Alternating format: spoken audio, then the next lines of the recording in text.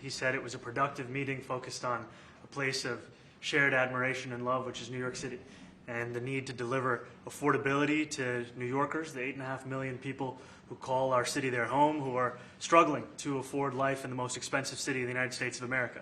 We spoke about rent, we spoke about groceries, we spoke about utilities, we spoke about the different ways in which people are being pushed out, and I appreciated the time with the President, I appreciated the conversation. I look forward to working together to deliver that affordability for New Yorkers. Thank you very much. Any questions, please? President Trump, Stephen Nelson from the New York Post. I've got a question for you and then also one for the mayor-elect. For you, you referred to Mr. Mamdani as a communist. Could you describe why you feel that way? And also, will you do anything to stop him from arresting Prime Minister Netanyahu if he visits New York? Well, we didn't discuss your second part of the question. And on your first part, I mean, he's got views that are a little out there, but who knows? I mean, we're going to see what works, or he's going to change also. We all change. I changed a lot. From when I first came to office. It's now quite a while ago. It's quite a while. My first term was great. We had the greatest economy in the history of our country. We're doing even better now. We're doing much better now than we did even the first term. And I can tell you some of my views have changed. And we had discussions on some things. I'm not going to discuss what they were, but that I feel very confident that he can do a very good job. I think he is going to surprise some conservative people, actually, and some very liberal people. He won't surprise them because they already like him. And Mr. Mamdani, it sounds like you had a productive discussion, but just days ago you referred to President Trump as a despot who betrayed the country. You said you would be his worst nightmare and accused him of having a fascist agenda. Are you planning to retract any of these remarks in order to improve the relationship? I think both President Trump and we are very clear about our positions and our views, and what I really appreciate about the President is that the meeting that we had focused not on places of disagreement, which there are many, and also focused on the shared purpose that we have in serving New Yorkers. And frankly, that is something that could transform the lives of the 8.5 million people who are currently struggling under a cost of living crisis, with 1 in 4 living in poverty. And the meeting came back again and again to what it could look like to lift those New Yorkers out of struggle and start to deliver them a city that they could do more than just struggle to afford it, but actually start to live in it. And I've been called much worse than a despot, so it's not that insulting. Maybe I think he'll change his mind after we get to working together. Yes, please. Mr. President, from MTV Lebanon. Good. I would like to ask you a question about the Middle East regarding Sure. you said that Hezbollah in Lebanon is not in a good position, and Lebanon now is the final unresolved after Gaza and Syria. Given your assessment, like what do you say for the Lebanese today? It's the independent state of Lebanon, and what is your next move to push toward disarmament? Sure. Well, we are pushing for total disarmament of Hamas and, frankly, everybody else. And we actually have peace in the Middle East. As you know, the King of Saudi Arabia just left yesterday. We had some great meetings, and he's made a contribution toward the United States of more than $1 trillion. We have now over $20 trillion coming in. No country has ever had anything like that, not even close.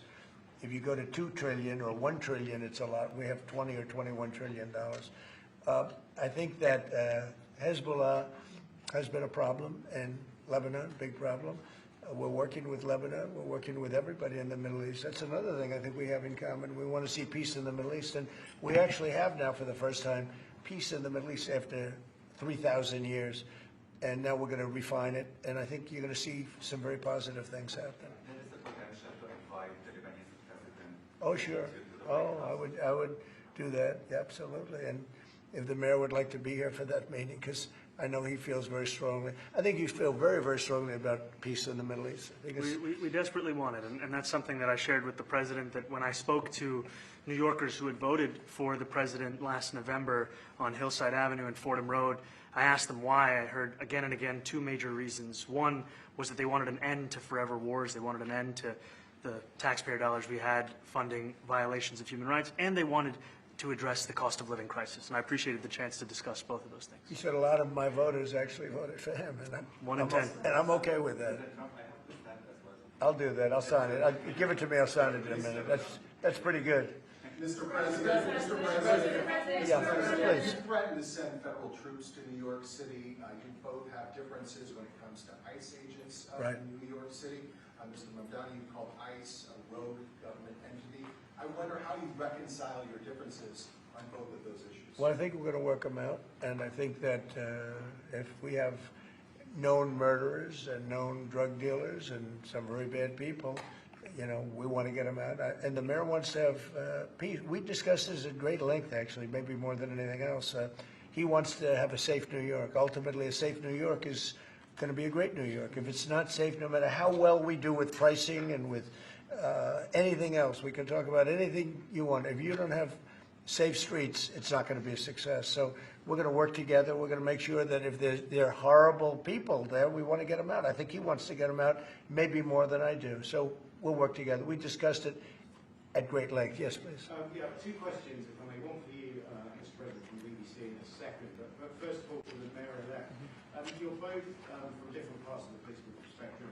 You're both populists, though. And I just wondered to what extent the president's campaign style, his techniques, his social media use inspired any part of your campaign? Well, I actually told the president that, you know, so much of the focus of our campaign has been on the cost of living crisis. And when we asked those New Yorkers who had voted for the president, when we saw an increase in his numbers in New York City, that came back to the same issue: cost of living, cost of living, cost of living.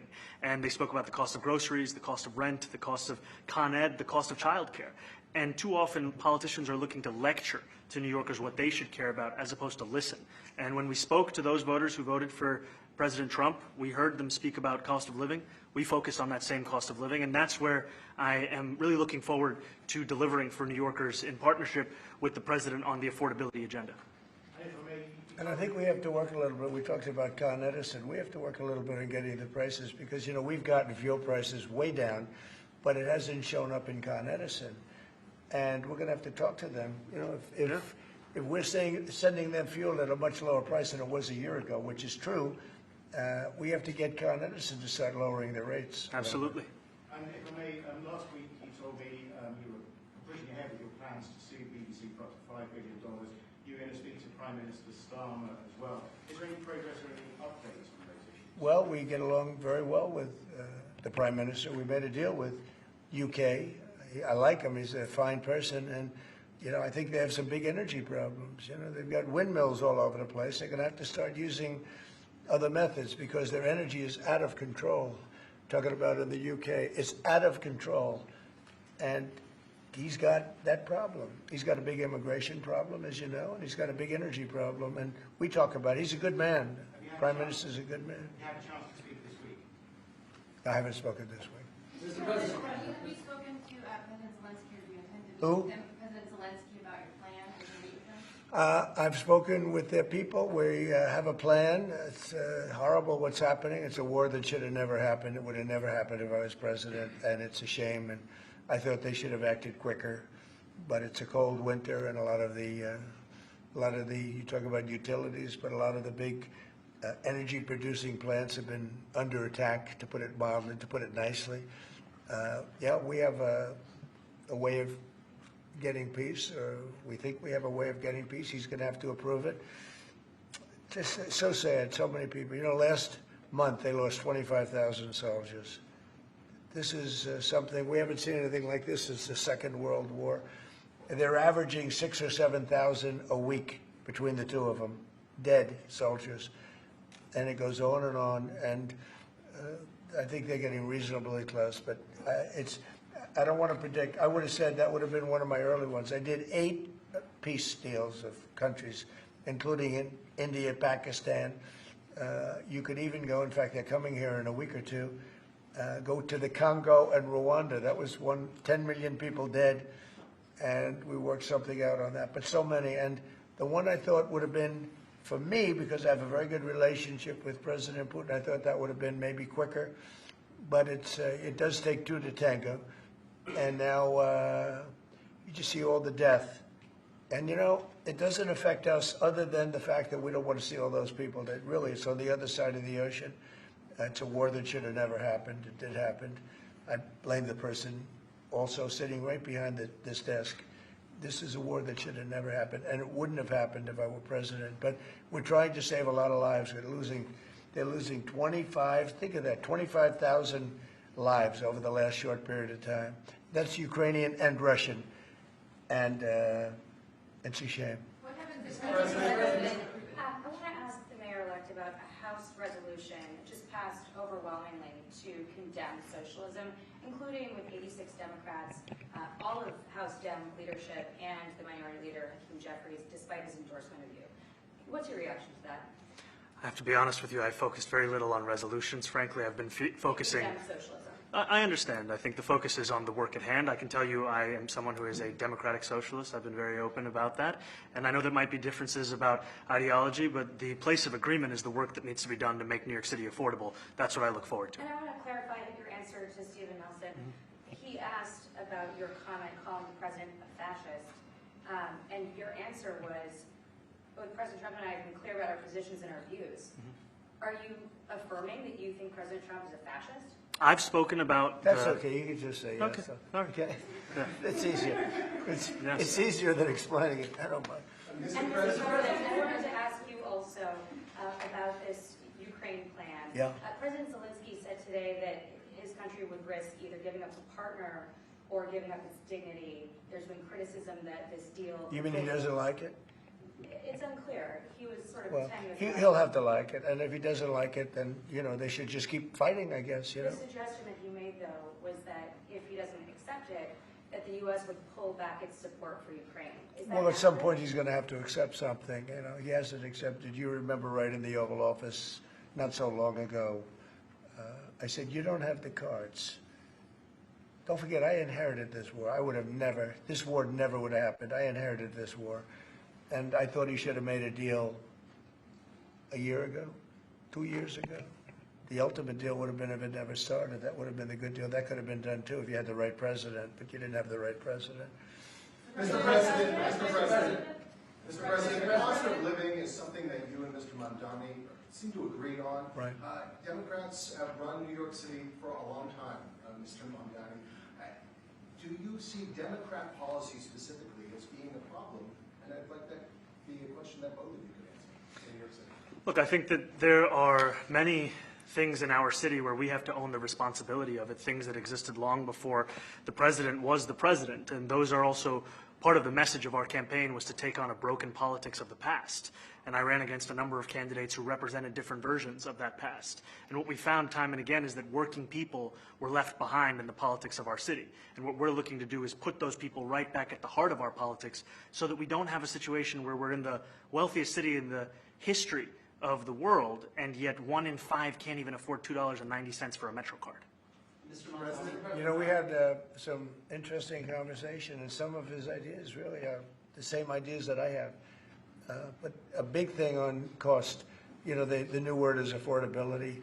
Another word is just groceries. You know, it's sort of an old-fashioned word, but it's very accurate. And they're coming down high. They were, you know, we had, both of us, we had the highest inflation in the history of our country the last 4 years under the Biden administration. And we've got inflation down now to a normal number. It's going to go even a little bit lower than that. Katie, do you have something in a bit? Mr. President, thank you so much. Mr. Mamdani often talks about New York City being covered by international law, that they will follow international law. Doesn't often talk about the U.S. Constitution. What is your response to that? Well, I don't know what you're referring to in terms of it could be covered by international law, local law. It's covered by a lot of laws, but it's covered by U.S. law. Are you referring to anything in particular? He just says that they're a city that endorses and enforces international law. Is that at odds with? No, I don't know. Would you want to? Do you want to respond? To Yeah, that? I think what I've shared with the president is our desire to not only follow the laws of our own city, laws that protect New Yorkers, but also a desire for consistency in our politics across the board. And that's something that we've talked about and something that I know many New Yorkers want. We were with ICE. We discussed ICE and New York City, and I spoke about how the laws that we have in New York City allow for New York City government to speak to the federal administration for about 170 serious crimes.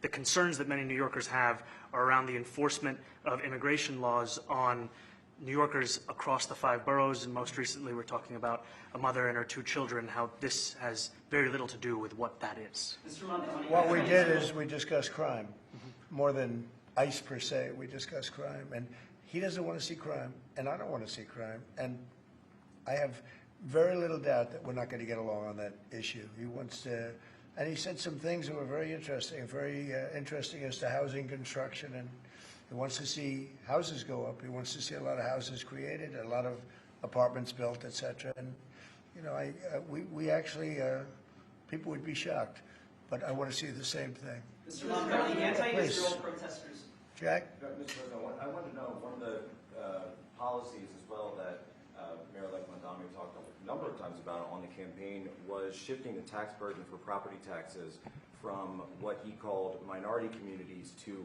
white-based communities and putting more taxes on white people. I also noticed that in your acceptance speech you didn't mention anything about America or Christians or white people in general, and so I didn't know if that was one of the policies that you guys had spoken about. We focused on affordability. We focused on the cost of living crisis. What I will say is that I am very much interested in property tax reform, because what we see right now in New York City is a system that is so inequitable that it can't even stand up in court.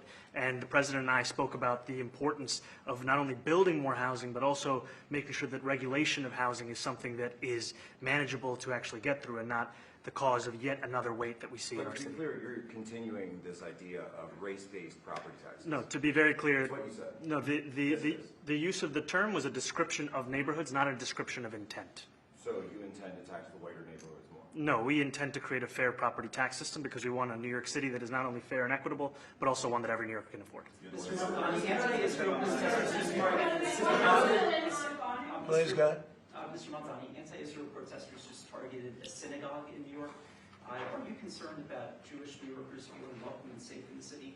And President Trump, you threatened to cut off federal funding to New York City. What policies would prompt you to do that? Would that be city-run grocery stores? Would it be something else? Well, I think if we didn't get along, whether it's cut off or just make it a little bit difficult or not give as much, we want to see, I use the term, we don't want good money going after bad, and we don't want that to happen. I don't think that's going to happen. I did say that, you know, subject to what policies are being said. We had a meeting today that actually surprised me. He wants to see no crime. He wants to see housing being built. He wants to see rents coming down, all things that I agree with. Now, we may disagree how we get there, the rent coming down. I think one of the things I really gleaned very much today, he'd like to see him come down ideally by building a lot of additional housing. Yeah.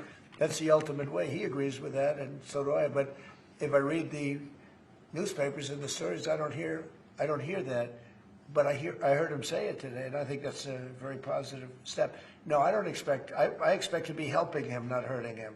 A big help, because I want New York City to be great. Look, I love New York City. It's where I come from. I spent a lot of years there. Now I'm right here. We took a big setback with the mayor that we had, Dave de Blasio. I thought it was a tremendous setback for the city. I think this mayor can do some things that are going to be really great. Mr. President, Mr. President. Okay, how about you? Go Thank ahead, you, Mr. please. President. You're a billionaire. You have a different address nowadays than you used to, but you used to call New York City home. Would you feel comfortable living in New York City under a Mamdani administration? Yeah, I would. I really would. Especially after the meeting. Absolutely. What makes you comfortable? We agree on a lot more than I would have thought. I think I want him to do a great job, and we'll help him do a great job. You know, he may have different views, but in many ways, you know, we were discussing when Bernie Sanders was out of the race, I picked up a lot of his votes, and people had no idea, because he was strong on not getting ripped off in trade and lots of the things that I've practiced and been very successful on. Tariffs, a lot of things. Bernie Sanders and I agreed on much more than people thought. And when he was put out of the race, I think quite unfairly, if you want to know the truth, many of the Bernie Sanders voters voted for me. And I felt very comfortable, frankly, in seeing that and saying that. And, you know, it just turned out to be a statistical truth. But, no, I feel very comfortable. I would feel very, very comfortable being in New York, and I think much more so after the meeting. Yes, please. Thank you, Mr. President. I have a question for you, but a very quick one for Please. the mayor. Why did you fly here? Aren't trains greener? I will use every form of transit, and I want to make sure that they're all affordable in New York City, and that's why making buses fast and free is a centerpiece of our campaign. Did you? There is a bus that Well, goes. but I know, but if he flew, that's a lot quicker too. You know, I mean, he's working very hard. for him to be, that's a very long drive. I'll stick up for you. You know, the plane takes you 30 minutes and driving takes you a And long Mr. time. President, I was wondering if you could clear up some confusion around a Washington Post report. There was this explosive report that the Coast Guard is no longer going to characterize swastikas and nooses as hate symbols. DHS called that a lie and fake news. Can you clear up? I don't know anything about it. When was this written? I think yesterday. Well, look, the Coast Guard's an incredible group of people. I know them very well. We just ordered a lot of new Coast Guard cutters, beautiful, the most magnificent ship. They look like yachts with lots of guns on them. So I don't know, I haven't seen any report like that, but certainly we want them to remain a great force, and they are. Mr. President, and you did a piece in all the 9 months around the world. I would like to ask Mr. Mamdani, you accused the U.S. government of committing genocide in Gaza while President Trump was working on peace. Why that? I've spoken about the Israeli government committing genocide, and I've spoken about our government funding it. And I shared with the president in our meeting about the concern that many New Yorkers have of wanting their tax dollars to go towards the benefit of New Yorkers and their ability to afford basic dignity. And what we see right now is we're in the 9th consecutive year of more than 100,000 school children being homeless in our city. And there's a desperate need not only for the following of human rights, but also the following through on the promises we've made to New Yorkers. And I appreciated the meeting we had and the work that we can do. Do you agree that President Trump did do a peace and work hard to make the peace? Because he worked hard to do the peace in the Middle East and everywhere.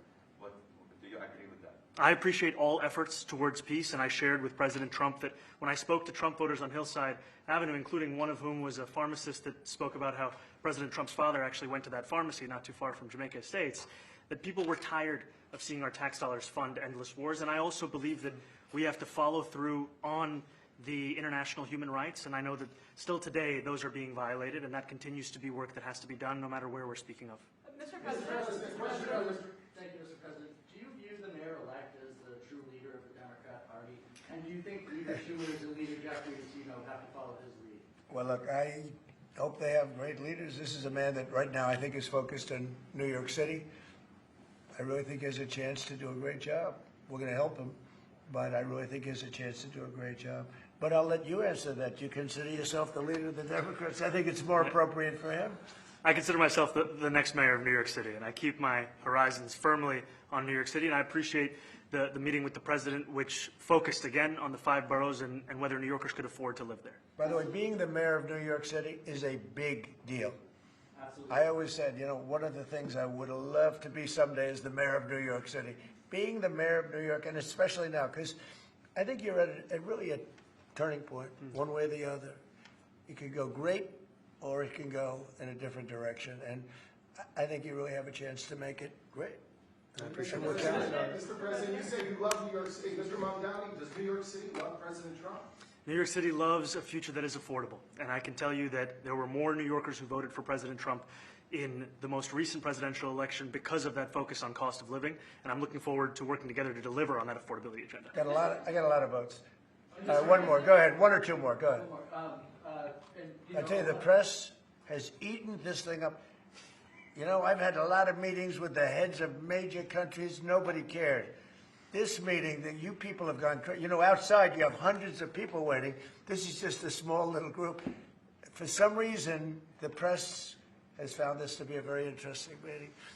The biggest people in the world, they come over from countries nobody cares. But they did care about this meeting, and it was a great meeting. Go ahead. Yeah, Mr. President, I was going to ask you exactly that. Why do you think there's so much more, so much excitement around this than in some form? Because I think he's different. All right? I think he's different, and that can be in a very positive way, but I think he's different than, your typical guy, runs, wins, becomes mayor maybe, and nothing exciting. Because he has a chance to really do something great for New York. New York is at a very critical point, and he does need the help of the federal government to really succeed, and we're going to be helping him. But he's different than, your average candidate. He came out of nowhere. I said he has a great campaign manager standing over there. He came out of nowhere. What'd you start off at 1 or 2? And then I watched. I said, who is this guy? He was at 1, then he was at 3, then he was at 5, then he was at 9. Then he went up to 17. I said, that's getting a little bit interesting, right? And then all of a sudden he wins a primary that nobody expected he was going to win. It's a great a great tribute. I mean, it's an amazing thing that he did. And I'll just add one thing to what the president said. Is one thing I also appreciated is in our meeting to appreciate a portrait of FDR and the incredible work that was done with the New Deal, and also in thinking about what it can look like when the federal government and New York City government work together to deliver on affordability. It can be transformative. You know, we have a great portrait of FDR that I found in the vaults that was missing for years. I found it, and I put it up. He's a Democrat, to the best of my knowledge. He's a Democrat. And when the mayor saw that portrait, he said, "Sir, do you mind if I have a picture taken by that portrait?" It's an amazing portrait. I hope the picture comes out good. But it's an amazing portrait in the cabinet room. So he's a big fan of the New Deal, I guess, and of FDR. Yes, ma'am. Thank you, Mr. President. You said that you both spoke about crime. Yeah. There are many police officers set to come off the rolls at the end of this year in New York City. Are you going to allow those police to be replaced with police officers, actual cops? And are you going to require that that happens? Would there be some consequences? Well, I hope it happens, but again, that's going to be ultimately the mayor's decision. What's your answer? Is that I look forward to delivering public safety with the NYPD, and I've said over the course of our campaign that we have the number of police officers today. They are the ones that's budgeted about 35,000 headcount. And I think the key thing is that we have to make it easier for police to focus on police work, not ask them to respond to 200,000 mental health calls a year. So is that a reduction from what you're at right now? Are you committing to maintaining the same level of cops? I've committed over the course of the campaign to maintain the 35,000. That's the headcount that we had through the campaign. And not replace them with caseworkers, social work? No, I've said that's the headcount that we want. What we need to do is make sure they can focus on serious crime. And he just retained a great police commissioner, I believe, right? Yes, we did, Commissioner if Fish. If the newspapers are correct. That one they're correct about. He retained, I think, somebody that is she's a good friend of some of the people in my family, of Ivanka, and they say she's really good, really competent, and he just retained her, so that's a good sign. Are there still topics that you see the two of you agreeing on in the future, and do you think you'll have more meetings like this? There will be topics that we disagree on. I think we'll probably come to a conclusion, and ultimately, he'll convince me, or I'll convince him. You know, it's for the good of New York. Ultimately, it's for the good of New York. I don't care about affiliations or parties or anything else. I want to see if this city could be unbelievable. If he could be a spectacular success, I'd be very happy. Do you think you guys will meet more in the future, too? Excuse me? Do you think you'll meet again in the future, throughout the initiative? I think we will. Yeah. I think we will. I hope we do. I enjoyed the meeting. We had a great meeting. Please. Mr. President, Republican Elise Stefanik has campaigned multiple times by calling Zohran Mamdani a jihadist. Do you think you're standing next to a jihadist right now in the Oval Office? No, I don't, but she's out there campaigning, and, you know, you say things sometimes in a campaign. Isn't that sort of She's a very capable person, isn't but that a kind of label? you really have to ask her about that, but no, I don't particularly. I think I met with I met with a man who's a very rational person. I met with a man who really wants to see New York be great again. And I can say again, because New York was great. You know, when I came down to Washington initially, the city was so hot. It was doing great. We were having some telltale signs of problems. We had a mayor that was not doing a great job, but still, it was moving along. And it went bad. It really went, you know, pretty bad. And I think it's been at lower points, but it went pretty bad. I think he can bring it back. Now, the question is, will he bring it back all the way? Will he bring it back greater than ever before, which is, I guarantee, that's his wish. I think he wants to make it greater than ever before. And if he can, we'll be out there cheering. I'll be cheering for him. Okay? Thank you very much, everybody. You chose not to answer the question about the city hall. Thank you very much. Oh, no, I care very deeply about Jewish safety, and I look forward to rooting out anti-Semitism across the 5 boroughs and protecting Jewish New Yorkers and every New Yorker who calls the city home. Very well.